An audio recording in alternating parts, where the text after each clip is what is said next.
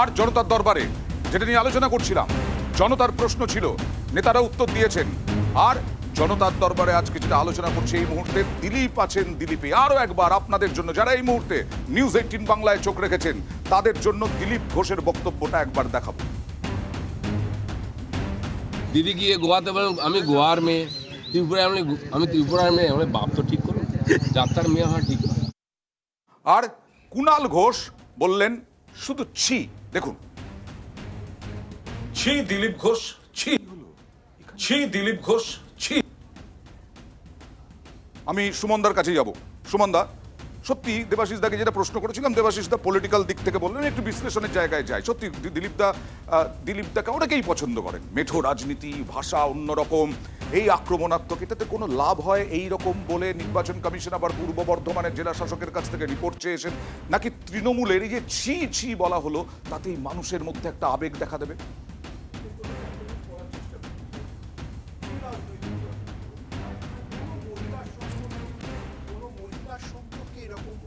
করাটা খুবই দুঃখজনক। কোনো মহিলা, একজন দর্শক যে প্রশ্নটা করেছিলেন, কোনো মহিলা সম্পর্কে তিনি যে পদে থাকুন, যাই করুন, তার পিতৃপরিচয় বা মাতৃপরিচয়টা প্রশ্ন করাটা মহিলা অত্যন্ত সম্পর্কে অন্যায়।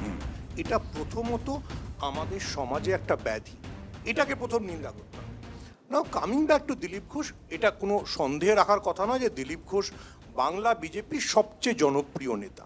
রাজ্য সভাপতি হিসেবে তিনি দলকে 3 থেকে 77-এ নিয়ে এসছেন, দলকে 18 জন সাংসদ এনে দিয়েছেন। কিন্তু এটাও বোধহয় ভাবার সময় হয়ে এসছে যে দিলীপ ঘোষ, আগে উনি মর্নিং ওয়াকে বেরিয়ে বিভিন্ন মন্তব্য করতেন, এখন উনি নির্বাচনী প্রচারে গিয়ে মন্তব্য করছেন। বিশেষ করে বিজেপি যেখানে রাজ্যে মহিলা ভোটকে টার্গেট করছে, সেখানে এই ভোট সত্যি সত্যি তৃণমূলের সুবিধে করে দিল কিনা এবং বিজেপিকে কতটা অস্বস্তিতে ফেলল, আমার মনে হয় বিজেপির নিজের এটা ভাবা উচিত। এর আগে কিন্তু বিজেপির কেন্দ্রীয় নেতৃত্ব দিলীপ ঘোষকে একাধিক সময় বিভিন্ন বিষয়ে করেছে সুমনদা, কিন্তু এখানে শুনলেন সুকান্ত মজুমদার সাফাই দেওয়ার চেষ্টা করলেন, রাজর্ষি একেবারে বলা যায় সমর্থনই করলেন। তার মানে দিলীপ ঘোষকে নিয়ে এ রাজ্যের বিজেপি নেতৃত্বের এই ভাষা নিয়ে কোনো বিতর্ক নেই। আমি কোনো ব্যক্তিগত বিষয়ে ঢুকতে চাইবো না, কিন্তু যেটা দুঃখজনক সেটা হচ্ছে যে কীর্তি আজাদের বাবা কি দোষ করেছিলেন, যদি দোষ করে থাকে সেটা নিয়ে বলা হচ্ছে। তার আগে আমি খুব বিনীতভাবে মনে করিয়ে দেবো, কীর্তি আজাদ 1990 থেকে 2019 সাল অবধি বিজেপি করতেন। এই 30 বছর বিজেপির এটা মনে পড়েনি যে কীর্তি আজাদের বাবার এই বিরুদ্ধে অভিযোগগুলো আছে?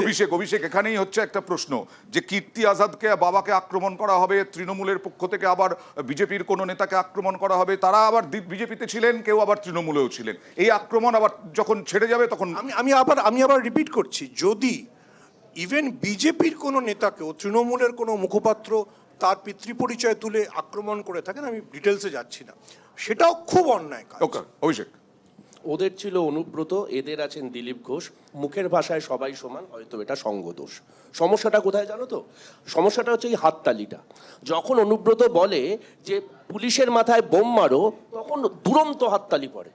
সমস্যা হচ্ছে সেই হাততালিটা যে আজকে যখন এই বক্তব্যটা উনি করছেন, উনি কিন্তু বাথরুম থেকে করেননি, উনি জনসমক্ষে করেছেন। জনসমক্ষে শুধু না, তারপরে আবার জনসমক্ষে বলেছেন আমি যা বলেছি ঠিক বলেছি। সেখান থেকে কোনো একটা জনের একটা মেরুদণ্ড, আমি মমতা বন্দ্যোপাধ্যায়কে অপছন্দ করতে পারি, কিন্তু মমতা বন্দ্যোপাধ্যায়ের পিতৃপরিচয় নিয়ে প্রশ্ন করাটা আমার শালীনতা বিরোধী। হ্যাভিং সেড দ্যাট, আমরা শুভেন্দু অধিকারীর বক্তব্যটা ভুলে যাইনি, উনি রাহুল গান্ধীকে নিয়ে কি বলেছেন।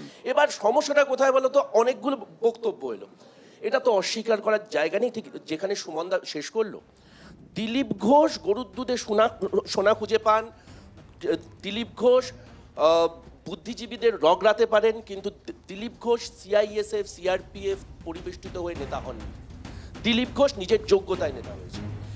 এবার সেই নেতা হওয়ার পরে ওনার অবস্থাটা যদি এখন মুম্বাই ইন্ডিয়ান্সের রোহিত শর্মার মতো হয়ে যায়, যে 5 বার আইপিএল দেওয়ার পর এই বাউন্ডারি লাইনে গিয়ে ফিল্ডিং কাট। দিলীপ ঘোষ ছাড়লাম, বিজেপির অবস্থান কি? বিজেপির অবস্থান দেখলে তো বিজেপির অবস্থানটা হচ্ছে কি খুব গোলমেলে। কিরকম গোলমেলে আমি তোমায় বলি, এই যে খুব সংক্ষেপে জানবো, একটা লাইনে শেষ করছি। সুমনদা একটু কথা বললো, আমি হাঁসখালি বলতে পারি, তাহলে হাতরাসটা ভুলে যেতে পারবো না। আবার হাতরাসটা মাথায় রাখার সঙ্গে সঙ্গে আমায় কিন্তু এটাও মাথায় রাখতে হবে, আনফরচুনেটলি আমার সেই বেটি বাঁচাওয়ের স্লোগান দেওয়া মানুষগুলো Okay. আমার কুস্তিগিরদের দিনের পর দিন একদম রাস্তায় শুয়ে রাজস্বীর কাছে 30 সেকেন্ড দিয়ে আমি অন্য প্রসঙ্গে ঢুকবো Please. আমরা রাহুল গান্ধীর আলু থেকে সোনা বেরোনো সেটাও ভুলে যাচ্ছি।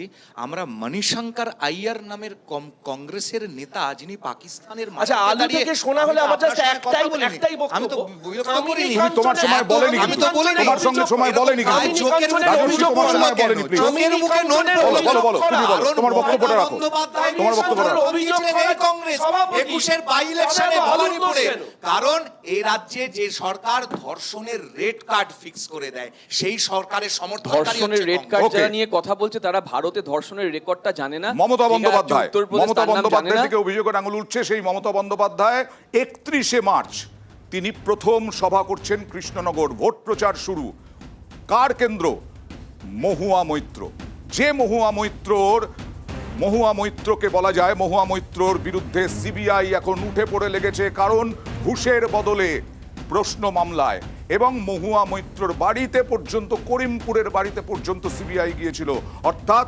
মহুয়ার সঙ্গে অন্যায় হচ্ছে এটা তৃণমূলের দাবি মমতা বন্দ্যোপাধ্যায় সেখান থেকেই শুরু করছেন অভিযান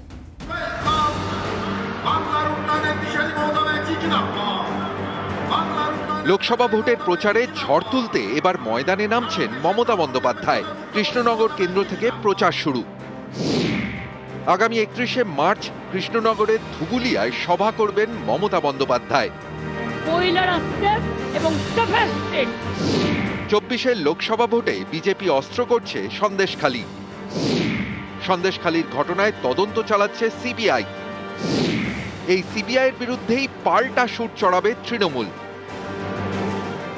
আগামী রবিবার কৃষ্ণনগর থেকে প্রচার শুরু করছেন তৃণমূল নেত্রী মমতা বন্দ্যোপাধ্যায় ইডি দিয়ে ভয় দেখিয়ে সিবিআইয়ের বিরুদ্ধে সুর চড়াতে তিনি বেছে নিয়েছেন কৃষ্ণনগর কেন্দ্রর দিক কেন্দ্রীয় এজেন্সির অপব্যবহারকে সামনে রেখেই তৃণমূল কংগ্রেস যে লোকসভায় নির্বাচনী প্রচার শুরু করতে চলেছে অন্তত সেরকমটাই ইঙ্গিত মমতা বন্দ্যোপাধ্যায়ের নির্বাচনী প্রচারের শুরু থেকে তার কারণ 31শে মার্চ মমতা বন্দ্যোপাধ্যায় মহুয়া মৈত্রের কেন্দ্র থেকেই তার লোকসভা নির্বাচনী প্রচার শুরু করছেন কৃষ্ণনগরের তৃণমূল প্রার্থী মহুয়া মৈত্র 19-এর ভোটে তিনি এই কেন্দ্র থেকেই সাংসদ হন কয়েক মাস আগে ঘুষের বিনিময়ে প্রশ্ন তোলার অভিযোগে মহুয়াকে লোকসভা থেকে বহিষ্কার করে দেওয়া হয় তার বিরুদ্ধে তদন্তও করছে সিবিআই গত শনিবার তার কলকাতার বাড়ি এবং অফিসে তল্লাশি চালায় কেন্দ্রীয় এজেন্সি লোকসভা ভোটের মুখে প্রার্থীর বাড়িতে কেন্দ্রীয় এজেন্সির এভাবে হানা দেওয়ার বিরুদ্ধে সরব হয়েছে তৃণমূল এই প্রেক্ষাপটে মহুয়ার কেন্দ্র কৃষ্ণনগরে গিয়ে বিরোধিতার সুর সপ্তমে নিয়ে যাবেন মমতা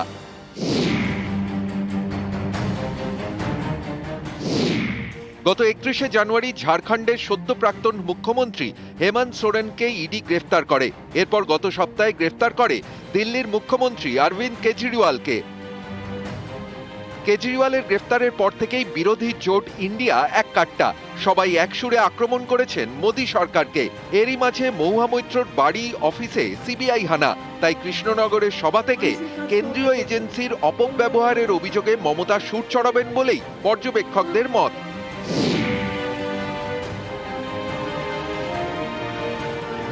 অনেকেরই ধারণা কৃষ্ণনগরের সভা থেকে সিএএ বিরোধিতাতেও ফের সরব হবেন মমতা কারণ কৃষ্ণনগরে মতুয়া ভোট ফ্যাক্টর সিএএ চালু করে মতুয়াদের মন জয়ের চেষ্টা করছে বিজেপির এই সিএএ অস্ত্রকে ভোতা করতেই সরব হবেন মমতা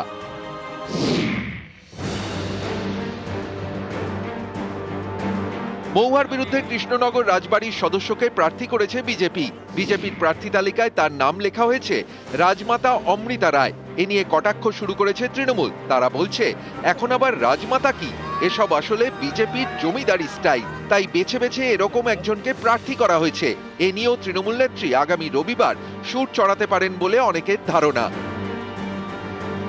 সোমরাজ বন্দ্যোপাধ্যায় নিউজ 18 বাংলা এর লড়াই আমি চালিয়ে যাব এর লড়াই থেকে আমি সরছি না এর আগে বারবার প্রধানমন্ত্রী নরেন্দ্র মোদী পর্যন্ত বলেছেন যে সিবিআই কোনো তদন্ত করবে না দুর্নীতি হবে অনৈতিক কাজ হবে বেআইনি কাজ হবে সিবিআই তদন্ত করবে না প্রদীপ্ত 10 বছর 10টা বছর কম নয় 10 বছরে কত পথ পেরিয়ে গেল কটা রাজনৈতিক নেতৃত্ব শাস্তি পেল আর সব থেকে বড় কথা, আমি একটা কথা উদাহরণ দিই, সংসদের লগইন পাসওয়ার্ড অন্য একজনকে দেওয়া সেটা কি অপরাধ নয় মনে করছো? যদি সেটাকে এটা সমর্থন হয়ে থাকে করছো? অপরাধ, 100 বার বলেছি, যদি এটা হয়ে থাকে সেটা অপরাধ, কিন্তু তার জন্য যে আইন, সেই আইনের পরবর্তীকালীন পদক্ষেপ সেটা নিশ্চয়ই তোমরা কেউ ভুলে যাওনি, যে সেখানে কি আইনের বলে কি করা হয়েছিল। সব থেকে বড় কথা বলো তো, মানুষের কথা বলছিল না, দেবাশিস বাবুও বললেন মানুষের কথা।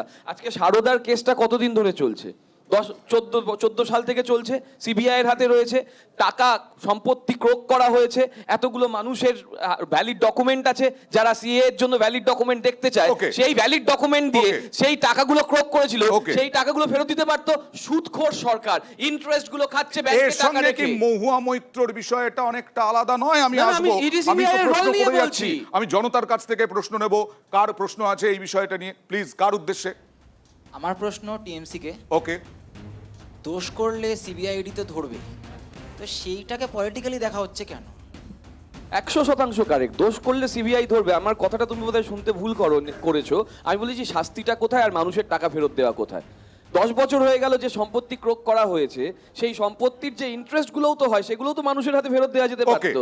আবার মুশকিল যেটা হচ্ছে, ইডিসিবিআই কে ব্যবহার করার জন্য যে সমস্যা, রাত্রির বেলায় পাল্টে দেওয়া হচ্ছে ইডিসিবিআই এর রেশন কর্তাকে। বন্টন দুর্নীতির সঙ্গে মহুয়া মৈত্রটাও মিলে যাচ্ছে, কনভিকশন কোথায়? সেটাই বারবার তৃণমূল প্রশ্ন করে। মহুয়ার প্রসঙ্গে আসার আগে শুধু আমি একটা কথা বলতে চাই, নিশ্চয়ই দর্শকদের মনে আছে মাননীয় মুখ্যমন্ত্রী বলেছিলেন আপনারা সকলে বেশি করে সিগারেট খান, সেই এক্সট্রা টাকাটা দিয়ে আমরা সারদার টাকাটা ফেরত দেব। আমি জানি না যারা সিগারেট খান তারা হয়তো নিশ্চয়ই অনেক বেশি সিগারেট খাওয়া বাড়িয়ে দিয়েছিলেন, তবে সারদার টাকা কেউ পেয়েছে কিনা। মহল সেনের নেতৃত্বে টাকা ফেরত দেওয়া হয়েছিল, তবে সিবিআই এর হাতে আছে, সেটা বন্ধ করা হয়েছে। মহুয়া মৈত্র প্রসঙ্গ বড় ইন্টারেস্টিং। মহুয়া মৈত্র মমতা বন্দ্যোপাধ্যায় ধুবুলিয়াতে সভা করবেন। মমতা বন্দ্যোপাধ্যায় কি ধুবুলিয়ার সভা থেকে বলবেন যে 250 বছরের প্রাচীন কৃষ্ণনগরের সাং প্রথা, যেখানে বুড়ি মাকে কাঁধে করে নিয়ে যাওয়া হয় বিসর্জনে, তাকে বন্ধ করে দেওয়ার যে প্রচেষ্টা মহুয়া মৈত্র করেছেন, তার জন্য ক্ষমা চাইবেন? মহুয়াতেই আসছি, সেই সংসদের হ্যাঁ, বিষয় বলছি মমতা কি এর জন্য ক্ষমা চাইবেন? মমতা বন্দ্যোপাধ্যায় কি মহুয়া মৈত্রের মা কালীর বিরুদ্ধে অপশব্দের জন্য যে মহুয়া মৈত্র বলেছিলেন তার ক্ষমা চাইবেন? মহুয়া মৈত্রের দীর্ঘদিনের দাবি ছিল ধুবুলিয়াতে ফ্লাইওভার করবেন, বাতকুল্লাতে ফ্লাইওভার, সেই ফ্লাইওভার যে হয়নি আজ অব্দি। 5 কোটি টাকা সংসদ তহবিল থেকে একটা শ্মশান, আমি সুমনদার কাছে আসবো। একটা শ্মশান আর একটা শৌচালয় তৈরি হয়েছে সংসদের তহবিল থেকে, তার জন্য ক্ষমা চাইবেন? কৃষ্ণনগরের জল জীবন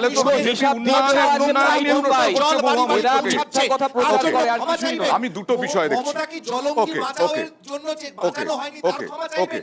পুরোটাই উন্নয়ন হলো।